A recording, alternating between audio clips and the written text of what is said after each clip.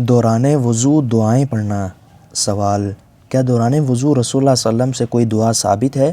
جواب: صحیح احادیث سے وضو کی ابتدا میں بسم اللہ اور آخر میں یہ دعا ثابت ہے: اشہد ان لا الہ الا اللہ وحدہ لا شریک لہ واشہد ان محمدا عبدہ ورسولہ اللہم اجعلنی من التوابین واجعلنی من المتطہرین۔ ترمذی۔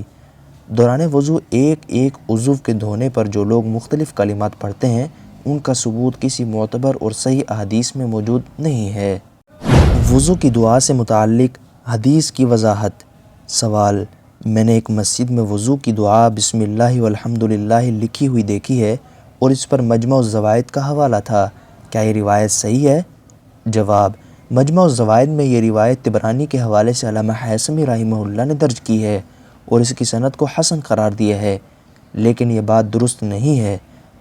طبرانی میں مروی اس روایت کی سند میں ابراہیم بن محمد البصری منکر الحدیث ہے۔ دیکھیں میزان المغنی فی الضعفاء، دیوان الضعفاء للذہبی۔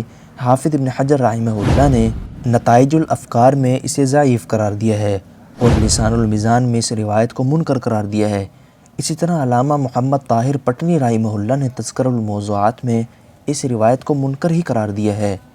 بعض ائمہ نے ابراہیم بن محمد کے استاد علی بن ثابت کو مجہول قرار دیا ہے، لیکن انہیں امام احمد رحمہ اللہ نے ثقہ اور امام ابو حاتم رازی رحمہ اللہ نے لا باس بہ قرار دیا ہے، لہذا اس کی سند میں اصل علت ابراہیم بن محمد البصری ہے، جس کی وجہ سے یہ منکر روایت ہے۔ Subscribe for more content.